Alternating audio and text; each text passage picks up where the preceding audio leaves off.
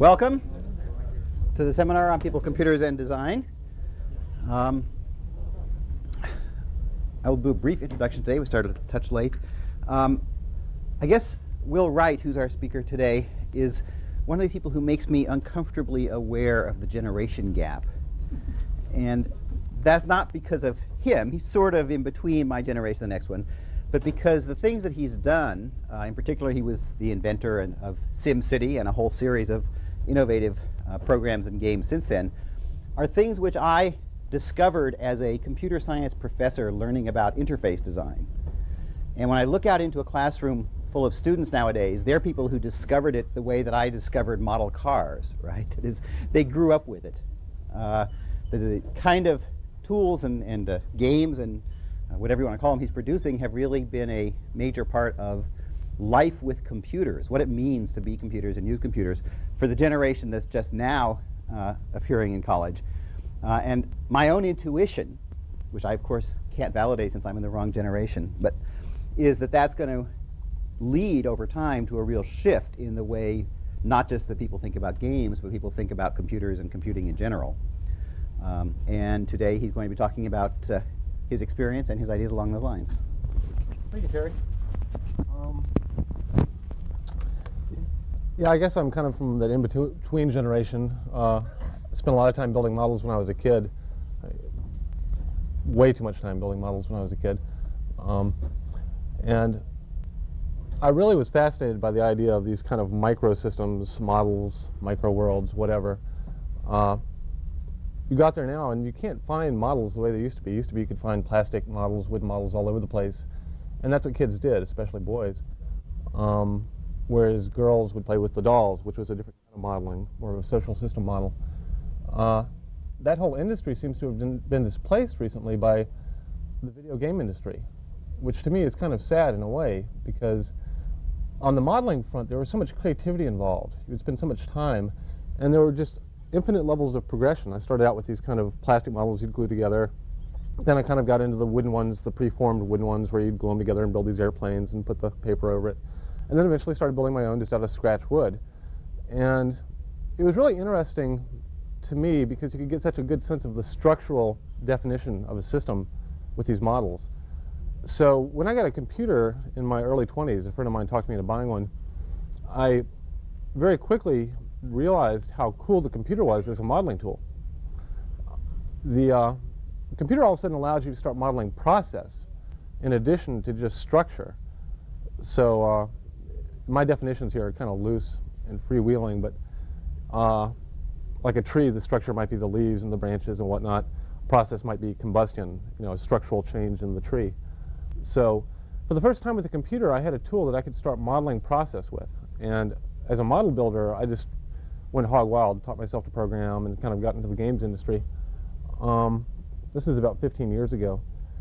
Now, I was supposed to talk here today about interface design, and I'm going to try to, but really I'm going to touch on three major areas, I think. I'm going to talk on simulation design, game design, and interface design, because those three to me are very tightly linked. I can't just design the interface after the game's done or design the game in isolation from the interface. Each one of these supports the other, and a lot of times there'll be a game I want to do, but I can't design the interface to support it, or the simulation underneath that it needs to have. So to me, these three kind of go in this dynamic process and design together. So I'll be talking about all three today. I'm going to be showing you some of our older games kind of in chronological order and going through some of the issues we were thinking about, why we did things the way we did, and then lessons learned after it was out there and hundreds of thousands of people were complaining about it and telling us how bad a job we did. We get some more perspective after time, and then each one after that we would try to address the problems, and usually we'd overshoot or we'd go off in a totally different direction and invent new problems for the users. On the simulation side, most of the games we do are about real-world systems. So the simulation, in a sense, is leading the charge on the educational front. We pick a system that we want to educate the user about, and then we look at the simulation design and how much of the system do we want to wrap the user's mind around. There are a lot of issues there in terms of how much of a simulation do we put in, how high is the fidelity of the situation? When does it match reality versus users' expectations? On the game design, a lot of times we will decide to make the simulation match users' expectations rather than reality in certain cases, if otherwise it would destroy the gameplay. On the game design, games are really all about problem solving, constraints, challenges. So simulation is more about modeling the real world. So the simulation is where the problem is usually embedded. We will build a simulation so that the problems come up. As far as the simulation is concerned, they're not problems. It's just data going through some algorithms. It's the game design that basically points you toward a goal. So the game design is actually going to tell you what is a problem in the simulation, what constraints the user has to deal with that problem.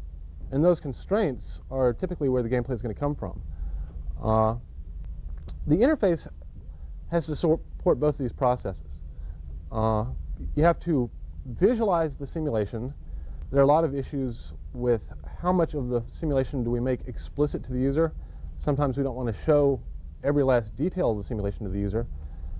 We want to sometimes prop up this illusion of reality. And that's one of these issues where the game design is in opposition to the simulation design sometimes. As an educator, a lot of people would rather see simulations that were very explicit in the way they modeled, or in what the user sees of the modeling process. In other words, they want the users to know exactly how SimCity is calculating the traffic rate, or why crime appears, what the algorithm for crime is. On a game design front, that's not always desirable. If you make the system too explicit, A, you destroy that illusion of reality, and B, you take away some of the challenge of the problem solving. One of the things that we think about on the education front is that when we're designing a model, we're not necessarily designing a computer model. Our real end product is the mental model in the player's head. We're trying to give them maybe a more robust model of the way a city works, or a planet works, or whatever. The computer model really is just an incremental step in that direction. It's like a compiler for the mental model. So the actions that the user is allowed to do in the interface basically define how you can deal with the problems. And these are the constraints. Most of the interfaces I'm going to show you conceptually can be kind of split into the data output, problem identification side, and the data input, problem solving side, where the tools are applied and the user actually has input to the model. One of the paradigms we've tried to use in designing these simulations is to think of them a little bit more as toys rather than games. That is, to leave them a little more open-ended. They're not necessarily as goal-directed as most games would be. Most games, you have a very single-minded goal. You solve that, you win. The kind of simulations we've been moving towards really are a little more open-ended, where in a lot of cases the user is deciding what the goal is before they play. When they play SimCity, for instance, we don't necessarily tell them you have to get the biggest city you can, or you have to make your residents as happy as can be. People will actually take it and play it different ways. They'll basically they'll think of, well, what's my goal today, or what kind of city do I want to build? I want to build a city that has the happiest possible residents, and they'll try to meet that goal. So it's a little more open-ended. The way a ball can be used for different games, the user decides what the goal is. If I kick the ball through the goal, then I win. That's the way I think of these kind of as software toys rather than games. There was a really cool short story written by Stanislaw Lem called The Seventh Sally, and he describes this. He's got these robot cultures, and they go around doing these things, and one of the robots, who was an inventor, Turl, came across this asteroid where there was this deposed dictator all by himself, and he was really sad because he didn't have a kingdom to rule. And so Turl invented this magical invention for him, and it was a box with a whole kingdom inside that he could rule and enslave and do bad things to, with little knobs to control them. He never got real explicit about what the interface was. They were really fancy knobs. Yeah, really fancy knobs. But I mean, he could go down to the point of issuing decrees and making that guy slip off his horse and doing these little things in the midst of a battle. And it was just the idea of it is kind of what's inspired me through the years to build these things. We're nowhere near building Turl's invention, but I think, to me, that's kind of why I do a lot of this. I'm going to start off with an old program, SimEarth, and go through some of the elements.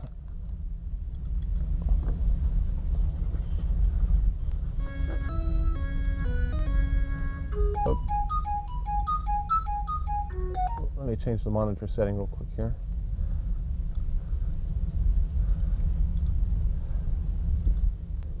Now this project was a little bit ambitious. We were trying to do a simulation of the planet. Turn off the annoying music. So, we started this project. The intent of this project was to kind of show how complex planetary systems are, show the linkages between various systems that most people don't think about. Most people, up till recently, interdisciplinary study has been kind of a backwater thing, and now it's getting really in the forefront. But people have been doing, for instance, climate models or evolution models or biome models in isolation without regard for the way these things link together. So one of our intents was to show the interrelationship between these different fields of study. Another was to give a sense of the vast timescales over which the planets evolved. And so our task here was to kind of figure out what would the interface to a planet be. The main window you see here is a map of the planet we have. Let me load Earth. It'll give you a little bit more sense of the scale here. This is one of the scenarios you can play with Earth modern day. At this level, we're getting an overview of the planet. I can actually open another window here. This is a local window. This is what we use for the local control of the planet. I can actually use this to move that around as a little finder for it. So in the interface here, one of the conceptual things that we've done in most of our products is that we have a distinction here between the global in this window and the local in this window. That distinction also applies to the controls and the displays that you get from each window. On the illusion of reality, whenever you look at a map, it's hard to imagine that you're really seeing a real system. So after playing with this for a while in development, we started thinking, this looks like a simulation. It doesn't look like a toy planet. How do we make it look more like a toy planet? So we went through a lot of hoops and kind of came up with this, which is displaying the same data, actually in a more restrictive format, because you're only seeing half the planet at one time. But in some ways, it gives you more the feeling of playing with a planet. So this is my little toy planet. This works the same. All the maps that display on this work the same. This actually turned out to be the appropriate place for us to show the core, because as you play the game, the model of the geosphere includes the core coalescing, which is changing the continental drift rates and a few other factors. This really, for the amount of effort and time we spent on this, I think was more of a macho programmer thing. Let's see if we can map this onto a sphere in real time. A horrendous amount of code and time and effort went into that, which probably was not worth it. But live and learn. On the bottom here, we have controls. I'll go through them very briefly. This is just the terrain, basically. Events show on this map. This is continental drift rates. We can hold the button down and get a view of the plate boundary, what the plate names are. On the continental drift, in this game, the continents are drifting around at certain time scales, and it actually records the drift, so I can come back over here and replay the current continental drift. This is an internal record that it's keeping of the latest continental drift. One of the inputs you have in the program is creating earthquakes, and you pick out which way you want to push the plates, and kind of a high level of control in this game. This turns off the oceans, so you can see the ocean floor terrain. We initially had this just toggle on and off. We found that by animating it, people got a much better feel. It's not so much on Earth because the continental plate boundaries are so distinct, but on other planets. So they got a much better feel by actually animating the water going up and down. This is the ocean temperatures. It's ocean currents, atmosphere, rainfall, air currents, biome distribution. You'll notice for each of these maps there's a small key that appears down here showing you how to interpret the colors or the vectors. Now, one thing about this interface that we later came back and looked at it and kind of said, it's so information dense.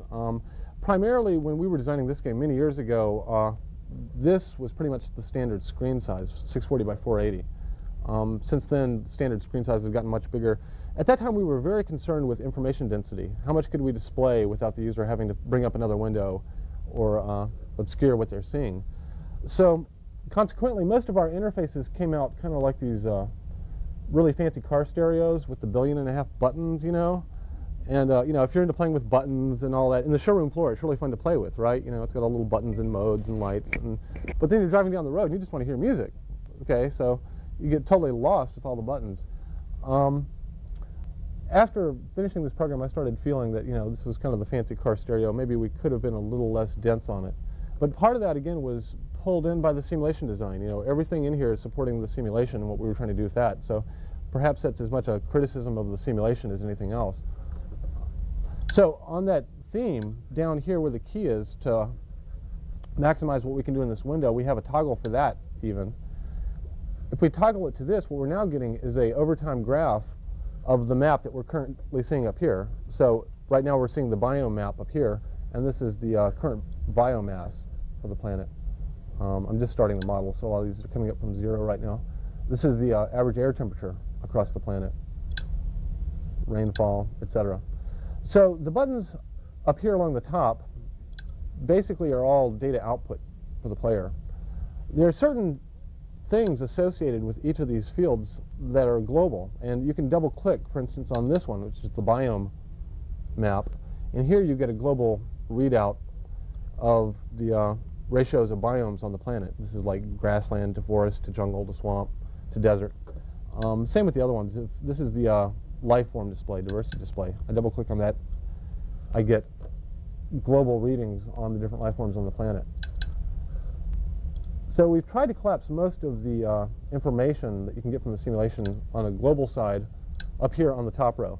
Now on the bottom row, we have these buttons. We have geosphere, atmosphere, biosphere, civilization. These are the global inputs the player has. So we have on the top here again, the outputs, the bottom here, the inputs. These are the factors that the player can control. I can grab the axial tilt of the Earth, and right here I can start moving it around, causing chaos. I can bring up the meteorite impacts. I can increase the continental drift rate. These are rather major inputs for a game, but it was kind of aiming high. One of the things that we've tried pretty hard at, and I think we've been pretty successful at, is keeping numbers out of the user's face. So whenever possible, we do things graphically. So just notice in here how few numbers you see, but we're trying to display a lot of information about the planet. Now the local side, we have the same kind of things. We have down here mostly the information output, except here it's mostly organized as filters. So this is turning off the ocean. This is turning off the biome display, the city display. These up here are the inputs. These are new life forms I can drop down, or cities. I can put dinosaurs in North America. I can raise and lower terrain with this. I can just grab and move things with this. I can move a dinosaur to South America. These are events I can actually drop. This is really where most of the control to the player comes in the game. I can drop a meteorite in the Atlantic, causing tidal waves and destruction. I can pick out an earthquake and change the vector of the plate boundary. So these are the kind of things that the player does in this game. I want to talk a little bit in each interface I show you here about the help system, because our help systems have kind of evolved over the years. We've tried and tried and tried, and we never can get people to use them, basically, is what the short story here. In this one, the shift key turns the icon into a help icon, and any button or control you click on will come up with a description. Now, I know this is really standard stuff now, but this program was designed, about 7 years ago. So back then there weren't that many established. This is before balloon help. This is before the little pop-up stuff and Windows and all that. So we didn't really have any established thing to go by there. Down here you can see it's a very confusing display, which is why we put all these in. What basically the users ended up doing was turning off most of the displays when they were trying to deal with a certain problem, and then dealing with it on a local or global level. Very rarely did they have all these displays on. We can also turn on overlay things like the heat and rainfall maps on top of this, which makes it even more confusing. Now, the timescales was one of the major intents of this program. So I'm going to start a new planet here. This game actually runs at 4 timescales, what we call the geologic timescale, evolution, civilized, and technology. We were trying to show how the changes on the Earth have accelerated over time based on the life primarily. So in this game, it runs at the geologic timescale until you've evolved multicellular life. And generally, it's going by 1 million years at a click. And then at some point, you evolve multicellular life, and then it slows down. And it starts going by a few 100,000 years at a click. And then once you've evolved intelligent life, which is not necessarily mammals, it could be radiates or reptiles or whatever in this game, it slows down again. Each one of these is dealing with different factors. The simulation itself changes depending on what timescale you're working at. We had a hard time communicating this to the user, except through time. I mean, they would only really get the sense of this as they played through the whole game. But we did try to organize the interface to support this. For instance, I can start a planet here, starting a random planet. This is roughly when Earth began. It's really red hot. We're getting a lot of meteorite impacts. The continents are drifting around. The oceans will form soon as the water condenses out of the atmosphere, as the planet's cooling. Down here at the bottom, the information displays I showed you before, we basically organize those according to timescale. So here, we're evolving very quickly. The kind of events we're getting, meteorite impacts, this is showing us tidal waves, meteorites, major volcanic eruptions. Continental drift map, you can see, is changing very quickly here. So roughly, the icons on the bottom here are organized from the things that occur over the longest time scales on the left to the things that occur over the shortest time scales on the right. You see on the right here we have civilization. So basically, as the game is progressing and you're advancing, if you start with a scratch planet like this, you're trying to evolve life and promote it to higher intelligence, your focus will actually be moving down this row. As you move to the evolution time scale, the climate model will get higher fidelity, and you'll start concerning yourself with these factors. As life evolves, you'll start concerning yourself with the biomes and the life forms. So basically what we were trying to do here, and maybe I'll get right now a little bit, oh, before I do that, let me show you a few more windows, because this has a little bit to do with my post-mortem. Let me pause the model for a second. Other windows we have in here, we have a history window, which has all the same factors collapsed on a history graph. We have reports, which will give you a report on the current state of the planet based on your goals. And then we have our little Gaia window. Now this is our first stupid attempt at an agent-based interface. This product grew through accretion. Okay, so we started with a simple little climate model. Said, oh, that's cool. Let's put in a continental drift model. Oh, that's cool. Let's put in an evolution model. Oh, that's cool. Let's put in a civilization model. So of course, us as the designers, it made a lot of sense. We were layering this model, and it was building, and everything was resting on layers below it, and it all made sense. But now we showed this to new users, who are looking to buy some quick entertainment, right? And they look at this and they start opening the windows and all this, and they were quite overwhelmed. Actually, I got a paper from somebody who was doing learning studies, and they proved, they were actually doing some studies on group learning. They proved that it took 5 people to play Sim Earth. One person just couldn't, divide up the conceptual things and make the linkages. So this is our last-ditch attempt at trying to give some point source. It collapsed all the data into one score, give the user some sense of how they were doing. This little face actually kind of changes depending on how you're doing it. Right now it's kind of in an indeterminate state, but it'll be really happy sometimes if the biosphere is really thriving. Other times it'll look really mad. We can come in and I can, let's see, turn off the sun or something. It doesn't like that. Yeah, turn the sun off here. Now we go to this display. I actually got the biomes display. Oh, just as we evolved life too. So here the planet will freeze up now really quick. Polar ice caps will crawl down. You can see the air temperature dropping precipitously on the graph down here. These are the kind of problems that we were trying to get the user to face in this program. And some of like the evolution timescale, frequently you would get a runaway greenhouse effect, or the planet would overheat and the oceans would boil off, which wasn't really good for your civilizations. But on the post-mortem for this one, I think we had too much window clutter. We were trying to stretch the user in too many conceptual directions at once. Had we maybe cut down the simulation to just include climate or geosphere or a few other things, I think we probably could have gotten people to get deeper into it. But probably the biggest failure of this had to do with the failure mode itself. Really, if you're dealing with conflicts and challenges in a game and problems to solve, the whole thing is about failure. Really, you want the user to be failing continuously in an entertaining way. The user has to confront problems, fail at them several times, but know why they failed.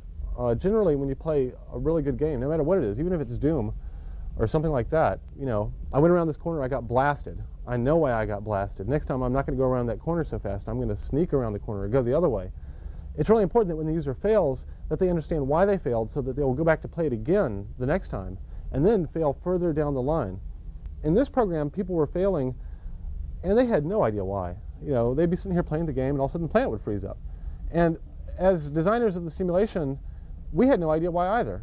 The simulation was just, too complex, and they had a lot of chaotic kind of attractors in the attraction space, and it was kind of like you're rolling this marble through this very flat space, and every now and then it falls into one of these chaotic attractors, and we can't really say why. So really, that was almost a failure of the simulation design. The game design just couldn't convey that to the user, even with constraints. We had a few things that worked a little better. One of the things we stuck in here, I'll just show you real quick, is you can load Mars. And so on Mars, all you're trying to do is terraform it. You have little things you can drop in the environment on the local level. Oops. I can drop down CO2 generators, or I can impact Mars with ice meteors. If I do enough of those, I'll start forming an ocean. One of the other tools we gave the player was a monolith, which kind of increases the sentience of the little creatures on the planet. On the failure mode, one thing I just want to mention real briefly is that I've seen two different failure modes. Between kids and adults, there seems to be a big difference. Adults, primarily ones that kind of grew up before the computer generation really got into full swing, when they're put in front of a computer, they're afraid of failure. Generally, they're timid, they're very, they think twice before they click a button. They don't just try anything. Whereas kids, they fail all the time, They kind of like failure. Failure doesn't bother them because they're always failing. When you see a kid build a tower of blocks, they'll build it and they'll knock it down. Oh, it's fun. What's important for the kid is that the failure mode is fun and interesting, okay? What kids don't like is a boring failure mode. Adults are uncomfortable with failure in general, which is what makes kids so cool, They're just really fun to watch them, and that's, I think, one of the reasons they learn so fast. They're not afraid to fail, and that failure is really the basis of their learning. So when we show games to kids, even something this complex, it's surprising. I've had 8-, 9-year-olds playing this game that knew everything about it. Every little control in there, they knew what it did and how it worked, because they just went in there, with both guns blazing, pushing everything and playing with it, and they had their interest level stayed up enough, and they didn't care that the planet kept freezing up or boiling over. To them, that was cool. To the adults, they do it, the planet freezes up, and oh no, I can't play this, it's too complex. And so they run away screaming. I'm going to skip to the next one really quick, which is, we decided that was a little bit too much for the user to bite off, a little too complex, too many windows. So we kind of swung the other extreme on this one. This is SimAnt. Next one, we decided we would instead scale back our expectations a little bit and just simulate an ant colony. Once again, turn off the annoying music. Now, in this one, again, we have the interface kind of broken out into local and global areas. This is primarily the local window. This is my little ant, that little yellow ant there. If I click in the window, my little ant crawls around, digs tunnels. This is where most of the global information is on this window. In this game, it's a little different. Instead of having the tools on the side, the primary tool in this game is the ant. So most of what you do in this game is by navigating this little ant around. Now, I just came out of the ground. Now, you'll notice something here.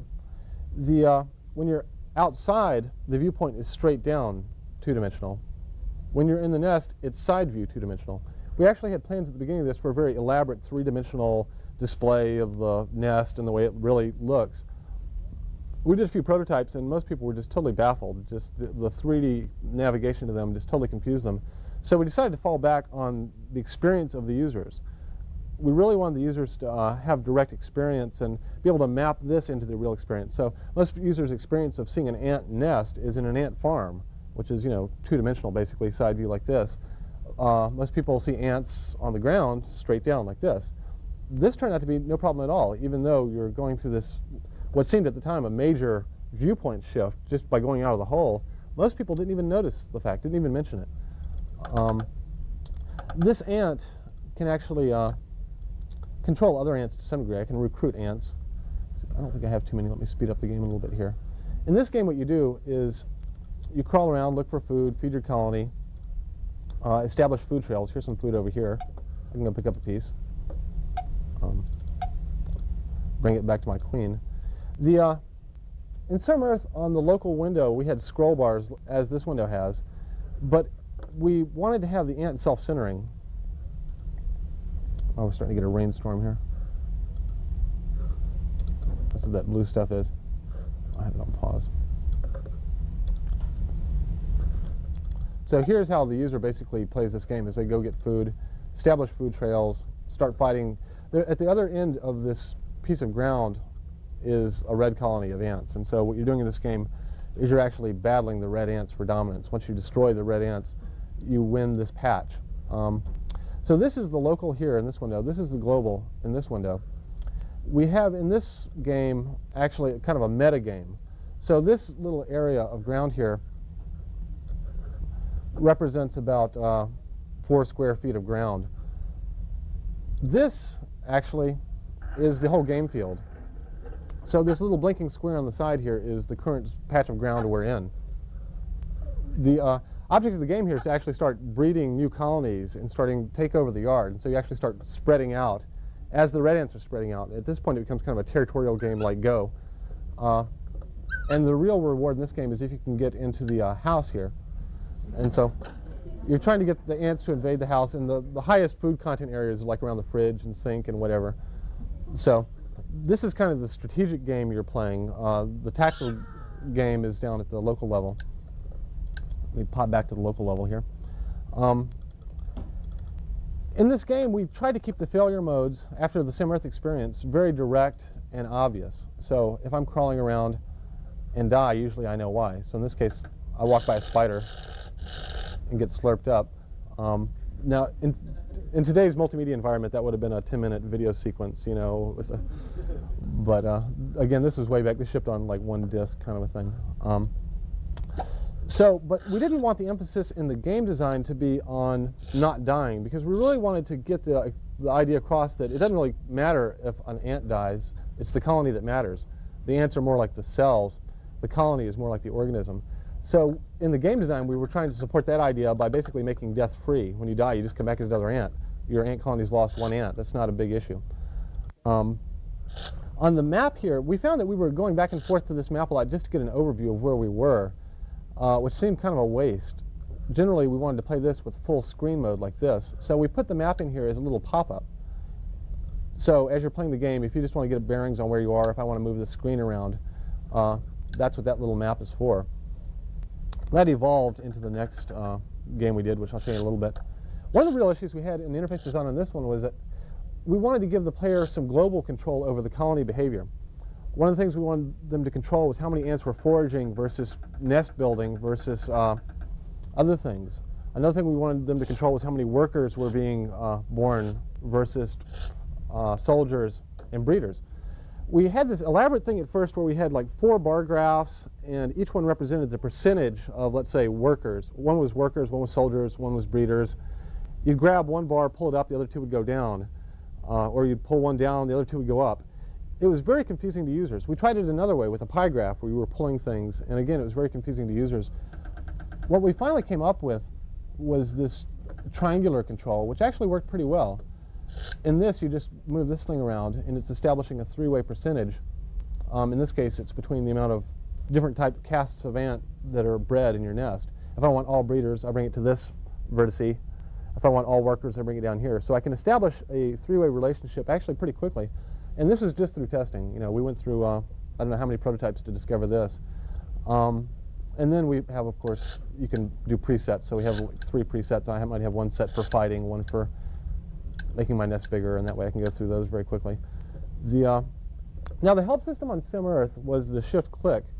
On this one, we decided to make it a little more basic. We just put little question marks in each window. If you hold down the question mark, it basically shows you all the icons. This is not unlike kind of the current paradigm of the pop-up context-sensitive help.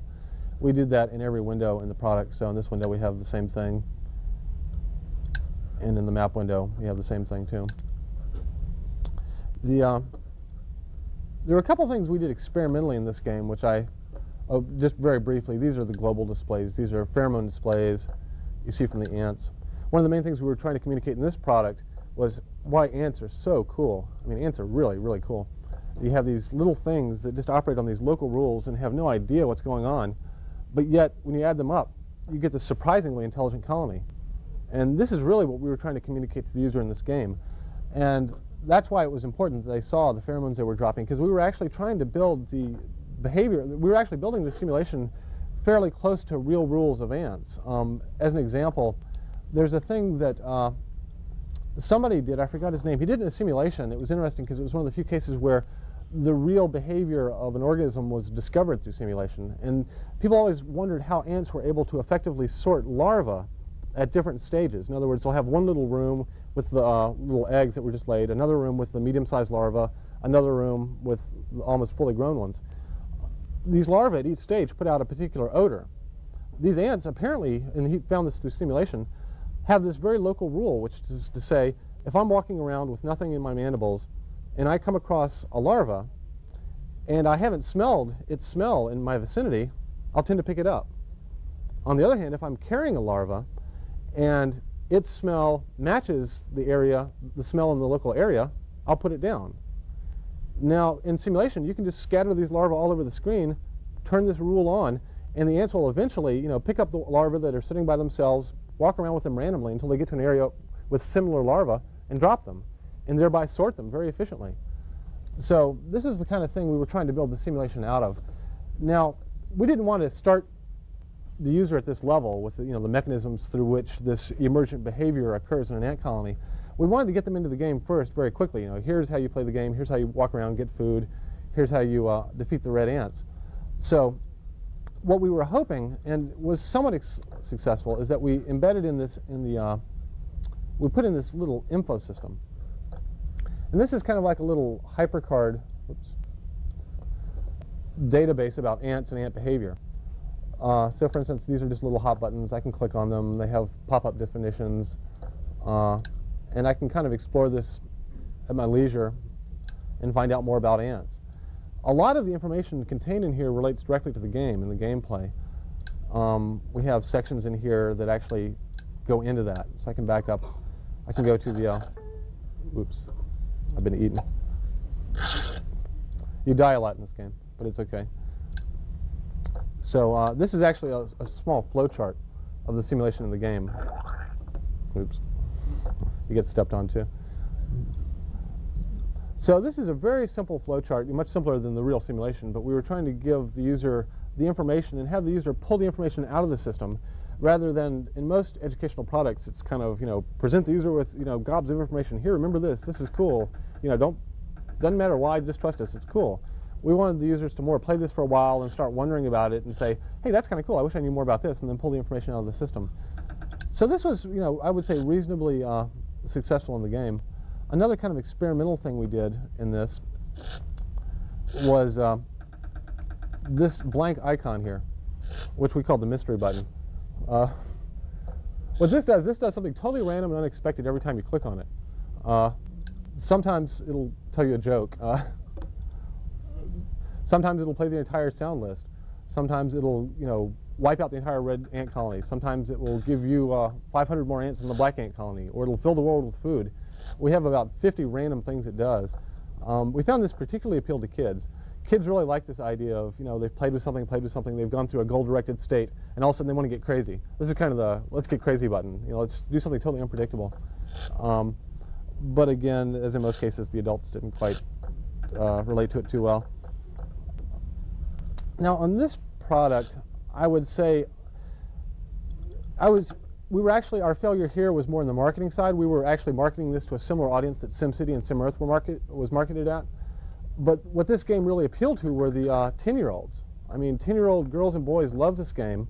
20-year-olds and up thought it was too simplistic.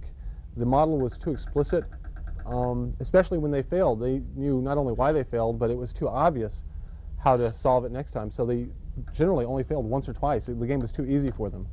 The kids didn't mind that it was too easy because the kids tended to approach this more experimentally.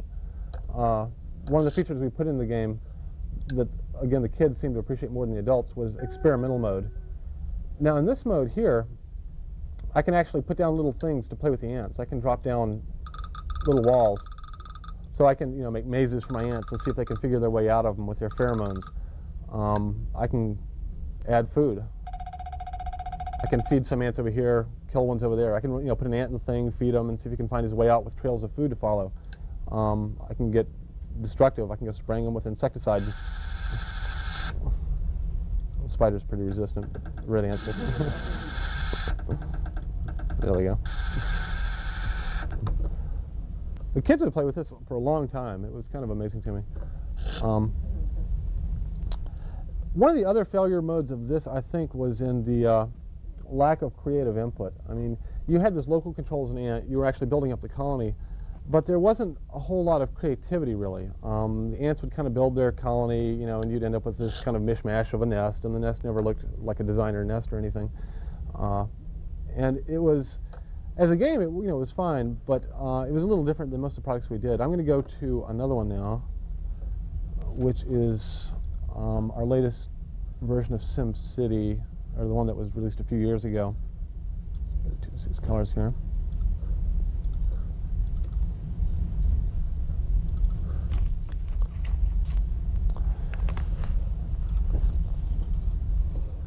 Now in SimCity, you're running a city, obviously, rather than an ant colony or a planet. Let's start a new city.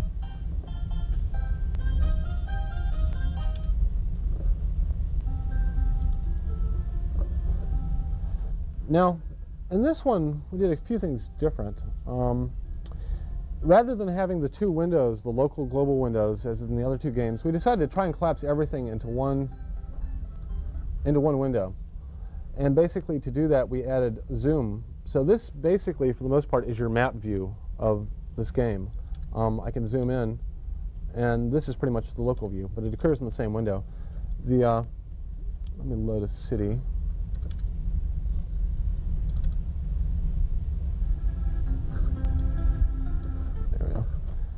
Because of the isometric perspective we had here, we had to add rotate buttons, which wasn't too much of a problem for most people.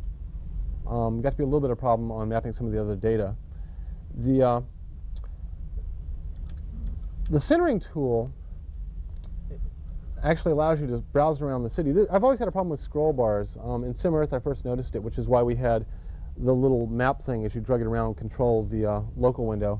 In SimAnt, we tried to address that with the local ant that became the center point of the window. In this one, we made a special tool, the centering tool, which just allows you to browse around.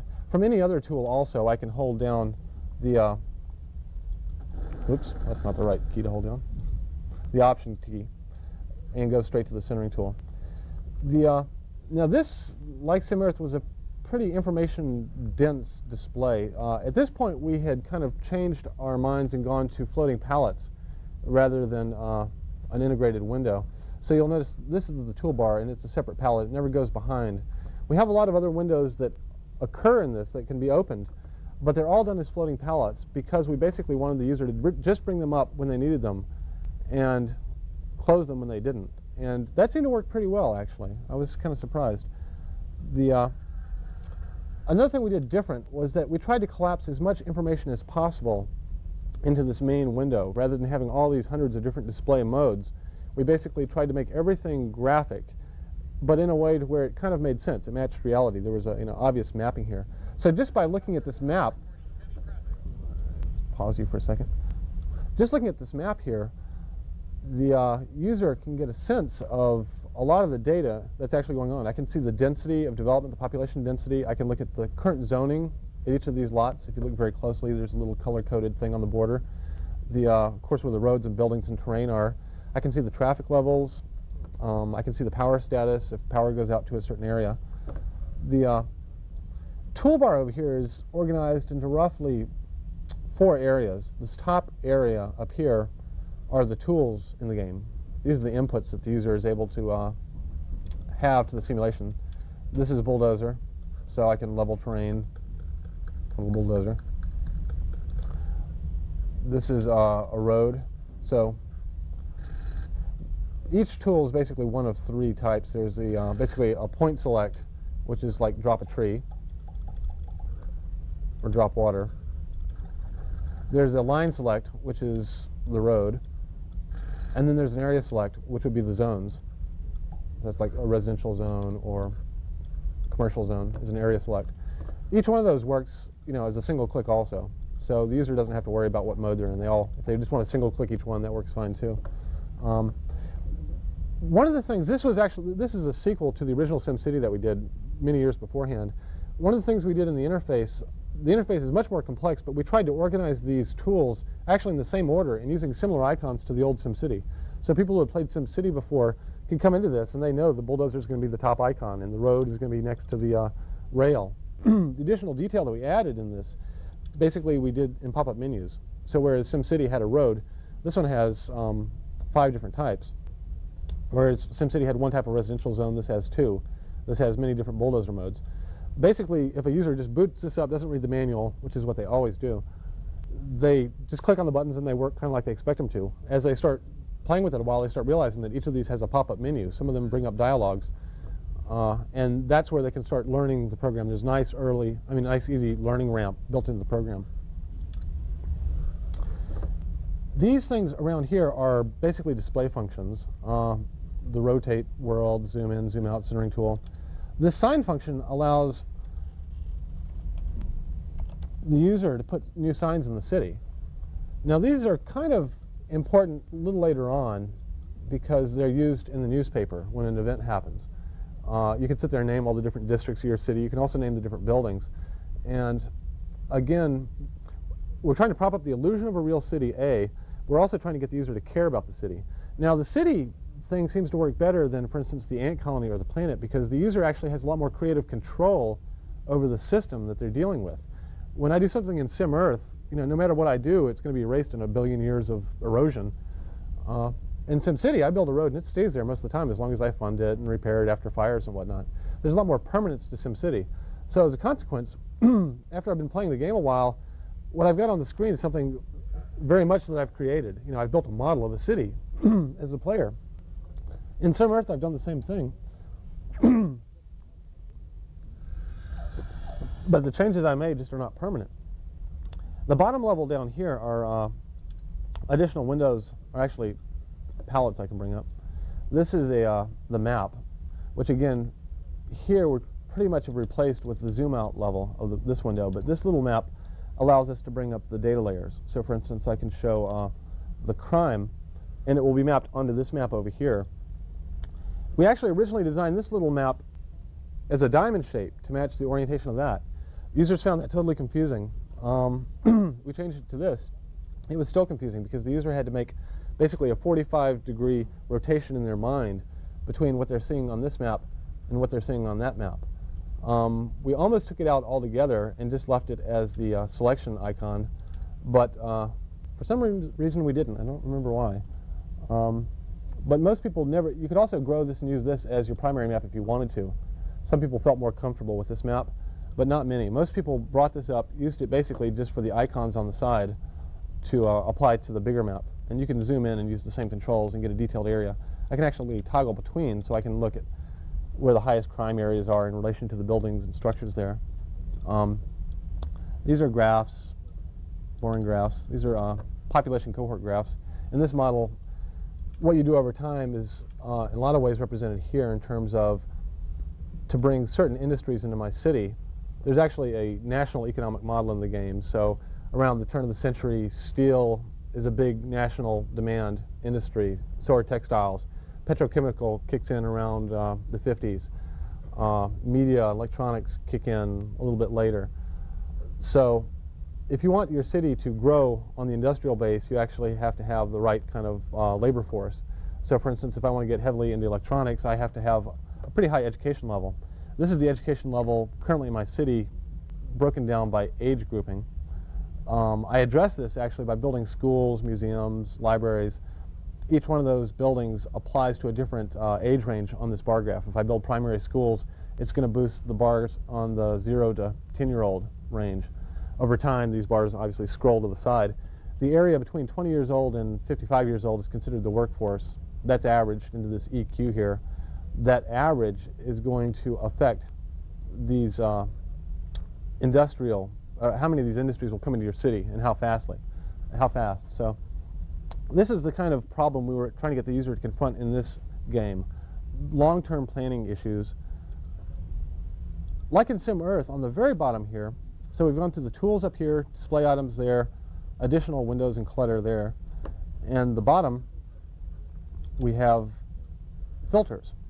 This information window here was too complex for certain tactical things that the users were trying to do. So these basically allow the user to turn off parts of the data that are being seen. I might just want to see the terrain or just the road network in isolation.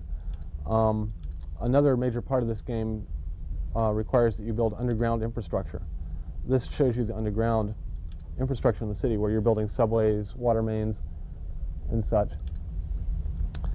Now, like the Gaia face in Sim Earth, we were trying to find a way to collapse information here to give the user a very quick thumbnail on how they were doing. And so we spent a lot of time building this with limited success. What this is, it's the newspaper that you can get in your city. As your city gets larger, you can actually subscribe to different newspapers. Each one has a different slant on the news, a different layout. But most of what you see in the newspaper actually is an output from the simulation model. You can actually click on the articles, and it kind of randomly generates an article trying to randomly describing a real problem. They also describe the current things that the residents are having problems with. You know, like this one, for instance, this article is telling us that we need more power, having too many brownouts. This is giving us a sense of the weather model, which has certain inputs. Some of the papers have editorial sections where basically it's a critique of you and talking about the major problems you have to deal with. So right now, education is probably a major problem. It's probably high on the list of problems that are bubbling up in the thing. So this, in essence, is another type of data filter. We're trying to take all the data maps inside of the city, collapse them down into in a way that most people are familiar with. Most people find out about the problems in their city by reading the newspaper. I only wish that the technology would have been a lot better so that we could have made the newspaper much more interesting to read. What this actually was kind of a Mad Libs thing where we had hundreds of articles, like a power shortage article, and we replaced strings like the people and place names and some adjectives to give it some random. Most people burned out on this after about 2 weeks. You know, they'd read it for 2 weeks, then they'd play the game without it entirely. So it was kind of limited there. One of the things I noticed when we were working on the original SimCity, we had basically, you build the city, we had all these tools, we had bulldozer, roads, zones. I showed it to people and said, look, here you can build the city, it's really cool. The first thing they would do is they would find the bulldozer, because it was the first tool, and they'd try it. You know, and generally it'd blow something up. You know, you'd be bulldozing a building, and they'd say, hey, that's cool. And then they'd start attacking the city with a bulldozer like this. And so they would sit there, it was kind of like poking an ant colony with a stick to see what happens. They had to perturb the system to get a sense of, you know, is it fragile or not, or is this a painting, or is it really a simulation? So it was like they were testing the validity of the simulation by poking at it and watching it break. And this is almost universal, kids and adults, and this is just with the bulldozer. So we decided to name that the Calvin syndrome. You know, these people wanted to go in and cause, you know, wreak havoc on these things, especially if they didn't build it. You know, these are cities I built and I labored over for hours and hours. Look at my beautiful city. Oh, I'll destroy it for you. And so that's when we put in the disaster menu. So in this one, one of the things that a lot of people like to do is they'll spend hours building up a city, and then kind of like the SimAnt random mode or experimental mode, except in this case I can bring some disaster on my city. I can call in a tornado or an earthquake or a monster or everything all at once. Usually, these are fairly major. They destroy the city, but people just kind of like seeing the thing go down in ruins. It's like, I guess Nero and the Fiddle or whatever. We did this in the original SimCity. We kind of expanded on it in this one. One of the things you can do before you get into the really full-blown plan out the city in every little detail is that you can play scenarios, which are pre-built cities with certain disasters or problems that you have to solve. This is one of the ones I did that I like because my home burned down in Oakland Hills fire several years ago, and that was about a year and a half before we released this. So I decided I'd put in the Oakland Hills scenario, and I put in my house. This is my house up here on the hill. And that's where it really was. But now I can play the game, and I can go and I can dispatch all the firefighters to save my house and let the rest of Oakland burn down. But so at this level, SimCity becomes very tactical. The time scale actually freezes to real time for the most part. It's really funny, the disaster thing, because I think people have to see how fragile a system is before they really appreciate building it. When people would destroy the cities after I showed it to them, they'd burn out on that usually after about half an hour. They'd blow them up, burn them down, hit them with an earthquake. Then they'd start rebuilding the city, and they'd start realizing how much more interesting that was. It was almost like they had to get the destruction out of their system first before they appreciated that part. And then once they started building the city, they had invested so much time in building it. Some people would spend 10, 20 hours building one city that they really empathized with it. Then when the earthquake hit randomly, because they do happen randomly also, they would say, oh, I've been hit by an earthquake. They wouldn't say my city's been hit by an earthquake. They'd really identify and say, I've been hit by the earthquake. On this side, I think we did a pretty good job, whereas SimEarth was too hard, too complex, very difficult for the users to understand the conceptual mapping of the simulation, and SimAnt was too easy. This was kind of the just right in terms of what I think the complexity of the simulation turned out and the visualization of it.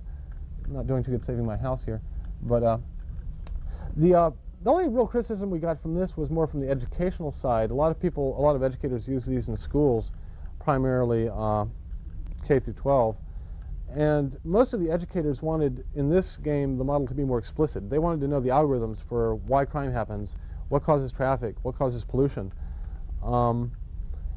And perhaps, it needs a different design. I'm thinking that, we were really focusing here on maintaining the illusion of reality with things like the newspapers and collapsing all the data into one display. And in some sense, that requires almost a more structural view of the system, more like SimEarth had.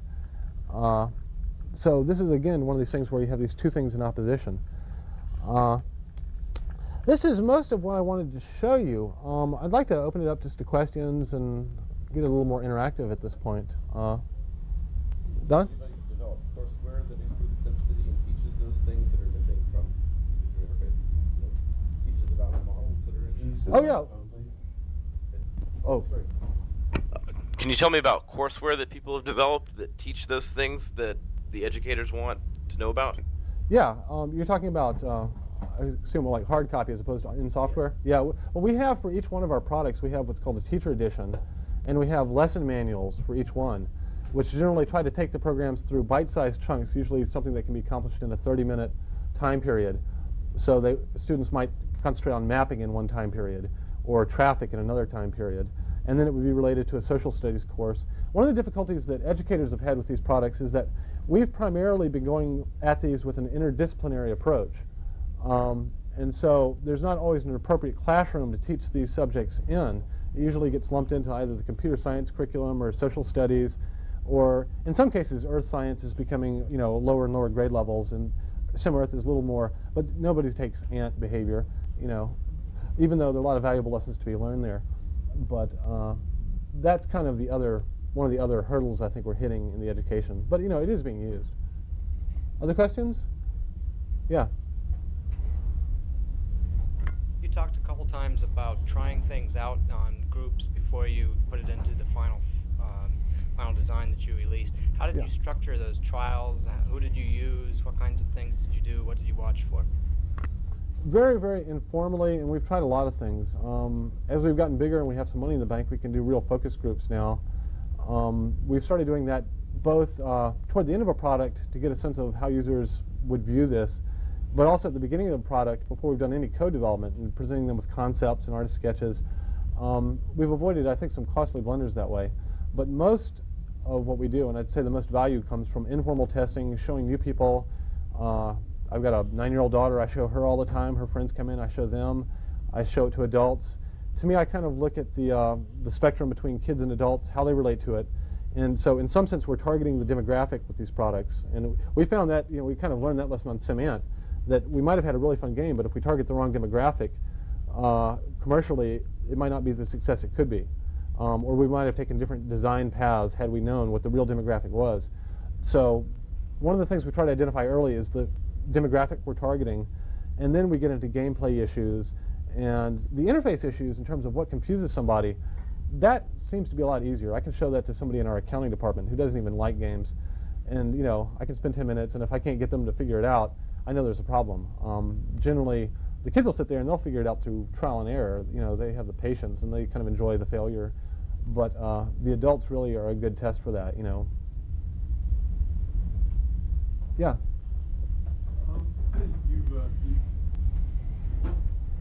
Hi. Hi. So you say we here, and I guess I'm interested in a little more about how you work with your various colleagues. How you set up the group. Do you have an ant expert? What's the team like? Well, generally, on all these products, I've done the research because that's the part I really enjoy. It's evolved over time. The kind of products I'm doing now involve bigger teams. I'm doing very little, if any, coding on the current projects I'm working on. I'm usually doing conceptual coding or working out simulator tricks, things like that. On most of these products I've shown you, I wrote about half the code in the product, so I was heavily involved in all the details. I'm still trying to be involved on the design side. On these projects, each one of these I've shown you, SimEarth, SimAnt, and SimCity, it was me and one other person in a very close collaboration. With SimEarth and SimCity, it was the same person for both those projects.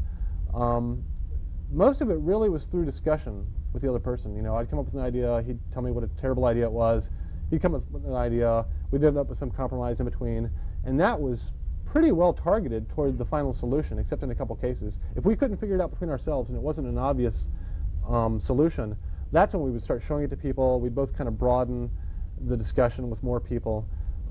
That process is evolving as these games get more complex. The current games we're working on are far more complex than what I've shown you today. So now we're into a design process that usually involves 3 or 4, 5 people.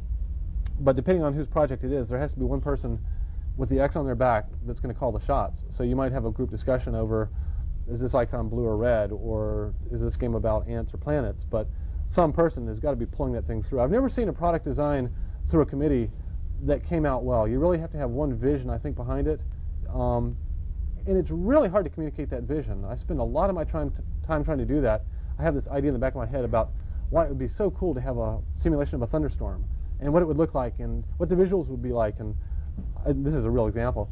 I go around explaining this to people and they stare at me with a blank stare. Because I'm seeing these things in my head, these elaborate 3-dimensional displays, and I kind of know what the simulation would be and the kind of expected emergent behavior coming out of the system. I just cannot convey that to somebody to the point where they're going to drop $500,000 on it to develop a game.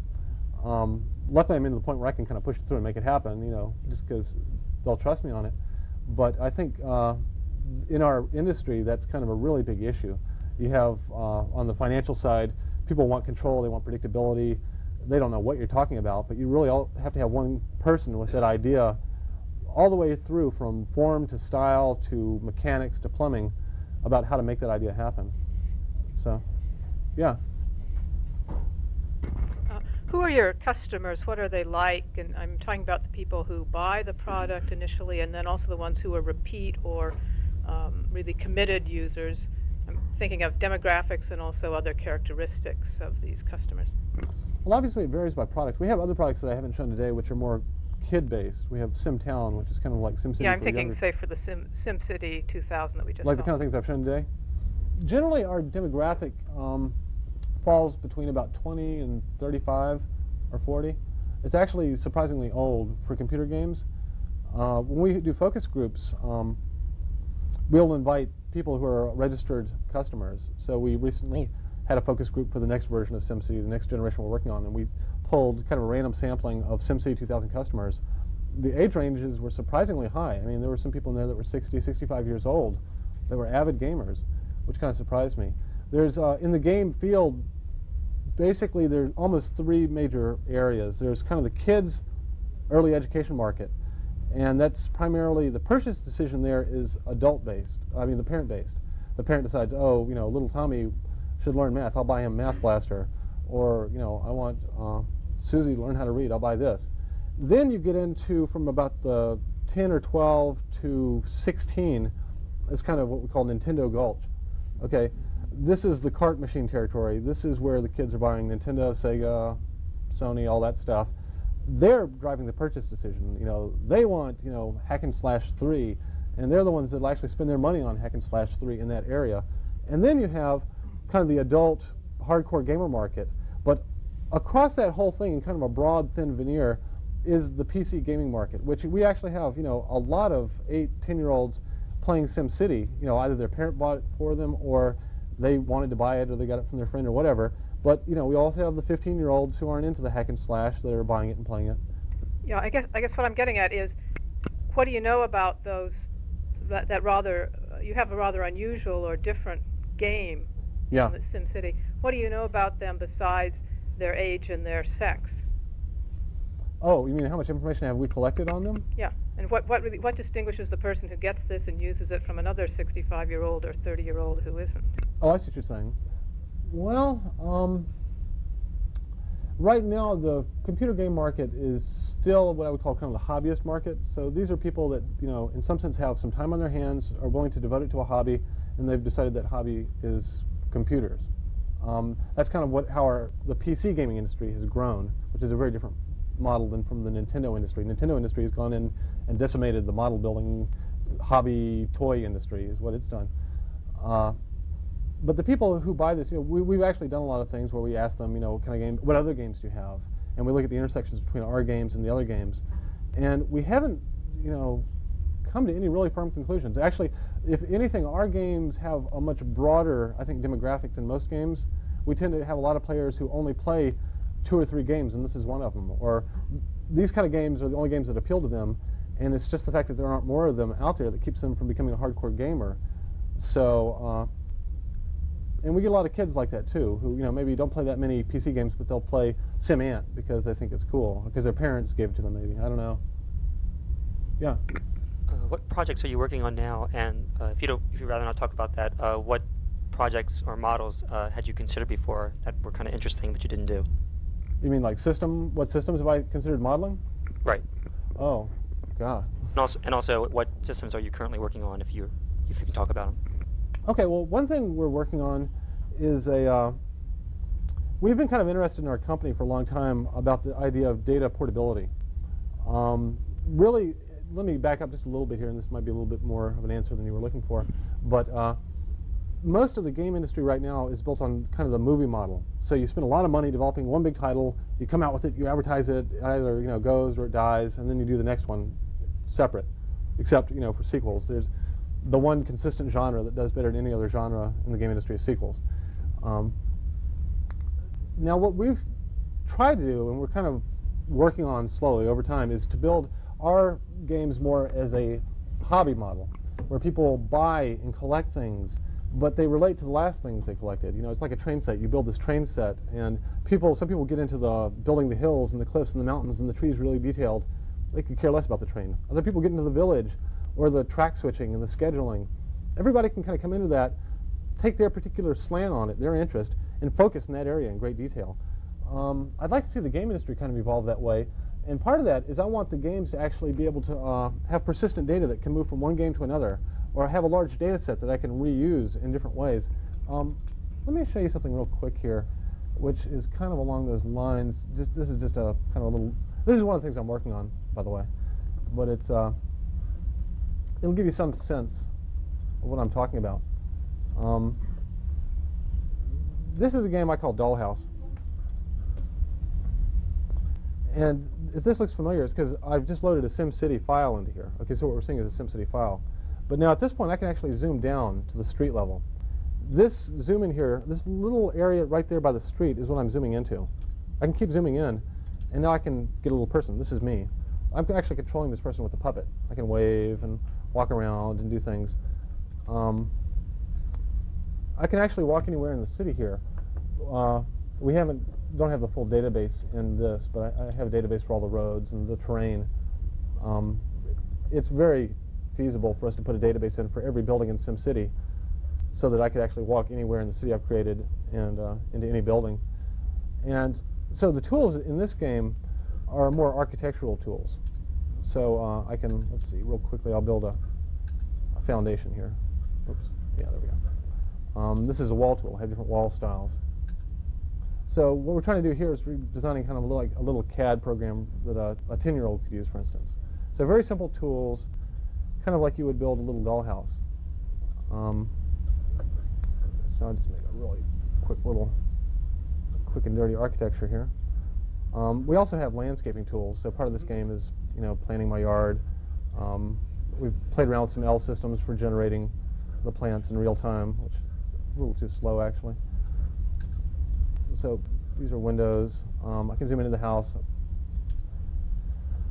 So this, right now, is not much of a defined game, but this is almost more of what I would consider a hobby. I could take a city that I built in SimCity, and now I can come live in it. I can actually, stake a claim. I can build my house, and I can decorate it and invite my friends over. We're looking at actually having like a little family model inside of here, so that there'll be little personality models for these guys. There's behavior embedded in some of these objects. So the cool thing about this game is that almost the entire simulation is data-driven at a local level. So for instance, I click on an object. Now what's interesting here is that that person, in the person's data structure, there's no knowledge of any objects in this environment whatsoever. The object itself contains the descriptions of how a person interacts with it and why, what the animation sequence would be, and the scheduling. So this is my person. This is my little avatar. I can also add, pop in some simulated people that'll walk around and do things. Right now, they're kind of ghosts because they don't know about the walls. But they'll walk around. They'll have conversations. Some of them will panhandle each other. What's cool is that the behavior is entirely distributed in the environment. So a person's in a room, they have certain motivations, needs. They might be hungry, sleepy, lonely, angry. They scan the room for people and objects, and the objects are all kind of advertising. If you're angry, pick up me and throw me. If you're hungry, eat me, And there's the communication there is all data-driven, and even the animation. So the animation of these people is done through this kind of component-driven geometry. So they don't have to know how to ride a bike or sit on the toilet. The object tells them how to when they come up and say, okay, you're going to make me less hungry, I'm going to interact with you. What do I do? The object tells it what to do. The cool thing about this is that we could drop new objects in later. Maybe it's network-based, or maybe it's something else. We can even have tools where the users build these objects. Maybe one person is totally into designing furniture or designing exercise equipment. I don't know what, exercise videos. But if we had a tool to where the user could build these things, they could then post them on the net, and other people could download them. And then the environment gets more rich. And so, to me, this is what I want to move towards, more of the hobbyist kind of a thing, distributed environment with objects that can move from one game to another. So this might be, one game I'm playing in here. This is actually a very similar data structure to Doom. I could be in here in a 3D point of view, shooting the person on the toilet if I wanted to. Maybe it's a different game player in a different game, but still running off the same server. So, in a way, you could think of this as a graphic mud or something like that. But so what about from person to? Yeah, go ahead. What That about was finished. Person to person? You talk about like the information obtained that's contained within the objects, but so it can be information, I guess, in a person, another person that you would want to interact with in the environment. Yeah. Have you looked at any reasons why you would want to do that, or? Oh yeah, that's the hard problem. I mean, simulating ants is hard enough. When you get to people, there's really no hope. But What else did you hit to making this a product? Use the mic. well, yeah, there are two issues here. You can look at this as a technology. It's not a product right now. And there are future directions this could go. I could see this becoming, let's say, a multiplayer network MUD kind of a thing. You might have 1,000 people playing SimCity from the bottom up, each person building their own house in a big multi-user space, in which case that issue is a little less important because most of the people are real people and you're dealing with puppets. As a standalone game, which is probably our closer target, we have to deal with the problem you're bringing up, which is how do we deal with the people to people? And it's hard. I mean, there's just, I'm sure Terry can elaborate on that more than I can, but you know, the best thing we can do is prop up a convincing illusion. We don't have to be doing a valid simulation of human personality. What we have to do is we have to put up something that's ambiguous enough to where somebody can read in what they want. Actually, in this thing, what I have right now are people come up and they converse, but you don't hear what they're saying. They just gesture, and sometimes they look mad, sometimes they kind of look contemplative. It's kind of interesting how much people will read into that. There's this kind of dynamic that we've seen again and again where something happens in SimCity and they said, oh, I was running my nuclear reactor near the red line and then there was so much smoke coming out of it, this plane crashed, and because of that, this and that happened. And they'll describe this long causal chain of events that I know does not exist. You know, I designed the simulation, I know that there's no linkage between the power output of the power plant and the plane's crashing, but they're convinced it exists. They're using it as a medium for telling stories about Right, it. yeah. Making up the stories Use that they have the something. mic to talk so the people on TV can hear. Yeah, they're using it as a medium to tell stories about, where Yeah. they're, you know, using it as a piece of paper to write. Yeah, that's exactly right. You know, there's a parallel simulation going on here in the game. Everybody's taking a linear path through this. And they're basically, most people will attempt to understand things like this with a story. You know, think about, I did this, then that happened because of that. And so the story becomes kind of their logical connection, their logical reverse engineering of the simulation that they're playing inside of. Now, on the people side, I think we can do a lot in this as a product by propping up that illusion of people. You know, again, if this is a dollhouse, we don't want the dolls to be sentient things. We want the dolls to be interesting enough to where I can play games with them. There was actually a really interesting doll that this company came out with. It was a Worlds of Wonder. They had this really cool doll. I've got a couple of them after they went out of business. It's called the Julie doll. But it was like this $250 doll with voice recognition. And it said all these things. It had just, you know, a huge amount of ROM with digitized speech in it.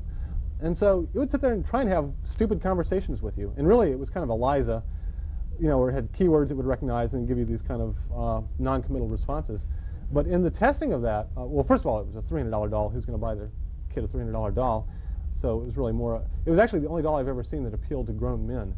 Grown men love this. I mean, this is a hacker's doll. But I talked to the guy who was working on this project, and he said they put this in focus groups with the girls, and they'd play with it for a while, and then after about half an hour, they'd take the batteries out and keep playing with it.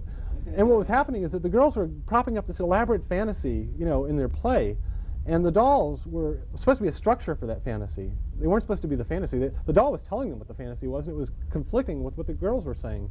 And so it was interfering actively with their fantasy and their play. So in that regard, I think we can actually kind of take that path with these people, and all we have to do is deal with them on a very local, you know, kind of a state machine, Bradenburg machine kind of level, and say that they're angry and they're hungry and they're sleepy. And then we can actually do some things where maybe they have little, what you might call structural ambiguity about what they're actually saying. You know, one of the thoughts I had about this project in particular is that you'd see the people go up and they'd talk, and there would be some tenor, some kind of a flavor to their conversation, but it would be more like Peanuts. When they did the TV show of Peanuts, you'd hear the adults talking, and the adults would always be rah, rah, rah, rah, rah, rah, or, you know, soft or loud. You could tell if they were mad or angry or what, but you wouldn't hear what they were saying. You'd have to read that into it. So I think this is the area where we sidestep the issue, just because, you know, as a commercial company, we have to ship a game. We're not doing a research project. So that's a long-winded answer. Sorry. Yeah. If you do that and you have people can read into what people are actually doing in the game, won't that sort of interfere with their expectations of the simulation if the simulation doesn't actually meet those expectations? If they're reading too much into it and it's not really happening that way, won't they be sort of misled in their expectations? That really comes down to what the simulation is. It's that I think would be addressed on the game design side. Again, I mean, just in terms of reality, I don't think there's any way I'm going to come anywhere close to simulating a person. With a lot of tricks, I can have these people walking through the day, getting up, taking a bath or a shower, fixing breakfast, going to work, while at the same time deciding that I'm bored, I'm going to sit on the couch, I'm going to turn on the TV. And how you make that into a game design might have a lot to do with how valid the simulation of the people has to be. You know, if it's a story kind of a game where you want drama to unfold at the right time and the conversation between these two people is a crucial thing that happens before he gets really upset and does that, then yes, the model would need to be a real simulation. I really don't think we're anywhere near that, though. I mean, really, I think, you know, unless you're in a very, very tightly confined domain, you're going to have a hard time dealing with an open-ended simulation about people in that way. So I think really, unfortunately, we're not there yet, and I think it'll be quite a long time before we are. So really, we have to constrain what the user's doing. You know, maybe it's just a dollhouse. Maybe all I do is I kind of, I have to get two people to meet at a party, and everything else is kind of indeterminate about what they say and all that, and I'm moving furniture around. So there are a lot of game design things we can do with this without doing a personality model. So it's an AI game versus a multi-user game would be easier to design than an AI game. So you're saying a multi-user game would be easier to design than an AI game because you could Oh use yeah, other far people easier. as I think so. it's just the technology of communicating and time lags. This is how interesting. I mean, you're always building models of the system you're playing with. It's easy to build a model of a stupid computer agent. It's hard to build a model of, you know, your head while I'm talking to you. That's what's interesting, is trying to reverse engineer your thought process. Yeah, there's a lot of like commercial services, Worlds Away and Habitat things that have been done that only have other people, Yeah. not robots or anything, and they're pretty successful just because of that. Yeah, the people are pretty interesting. I had a question Yeah. related to that, which is the standard modes of gameplay are individual and then competitive. There's more than one person. And it would seem that your games are the most likely of any to have a mode of multiplayer cooperative play, where you're working. You mentioned 5 people playing Sim Earth and trying to work together to accomplish something. Does Yeah. that happen very much, or pretty much when people are playing with them, it's one person? Well, yeah, actually, it happens a lot, especially more with the kids than the adults. The kids, and not just our games, but other games too. One of the interesting things I've noticed with my daughter is that she almost never plays computer games or video games by herself, but if her friend's over, they'll both play them. And usually it's one that controls, and the other one is the backseat driver. And it's the dialogue between the two that really makes the game interesting. So really, for them, the game is facilitating a social interaction. And the game itself is not interesting enough for them to really spend much time with it. But in terms of it facilitating a social interaction, that's when it really is valuable. And I think a lot of kids, that's a big attraction of this Nintendo Gulch thing, is this peer group that's out there, and they maybe have Super Mario Brothers. And I'm motivated to get better at it and find the hidden level so I can tell Tommy. And it's kind of like social currency that I'm passing around, this knowledge I have about the system. And then Tommy comes over to my house and we play it together. So really, in some sense, I think that's kind of cool, the social interaction that these systems involve. In our games, it's much more it's much easier for players to do that in our games because of the time scale involved. It's not like Doom, where I can't stop and think, and every second, you know, I'm moving. It's not like driving a car. Our games are more like, you know, sitting back and taking a leisurely stroll. So I think the time scale probably has a lot to do with that. Yeah. What, sort of looking back to where you were 10 or 15 years ago, what have been some of the surprises in how things have gone? Surprises in the industry, or surprises in just working as a designer? In the industry, and where games are, and what the direction they've taken. I'm kind of surprised right now that there seems to be a shift, in some sense, away from deeper games. And this kind of happened with Doom, and I've played enough Doom myself that I can't sit here and criticize Doom for not being fun. It's a very different kind of thing than SimCity. Right now, that's driving a lot of the industry. Related to that is the distribution system, which I don't think you want to hear about distribution because it's an extremely boring topic. But that's really changed a lot in our industry. I think that's probably going to be the biggest change we're going to see in our industry over the next few years, as all of a sudden it gets interesting again, and hopefully we get into perhaps a network-based distribution, alternative distribution system. I think that more than anything else will have the biggest impact on the kind of games that are developed and the economies of developing those games. Right now, a lot of things are filtered out in the distribution process that are really creative and really cool, and you just never see, and nobody can afford to develop because they won't get on the shelf. So that's kind of a big surprise, is how quickly that's happening, this whole net thing, but surprising everybody. On the technology side, 3D seems to be getting, 3D immersive stuff seems to actually have some staying power, which has surprised me. I thought 3D was going to come and go as a fad, but now I'm thinking, it actually is going to stay. And a lot of that is just that people have gotten so accustomed to immersive environments through things like Doom or some of the current crop of the game consoles, the PlayStation, the new Nintendo Ultra 64 that's coming out. You're going to have a whole new generation of kids that are kind of going to be weaned on, grown up on this 3D paradigm, used to 3D interfaces, used to navigating around the 3D space. And so I think that's probably going to remain with us. More questions? So we finished right on time. Just right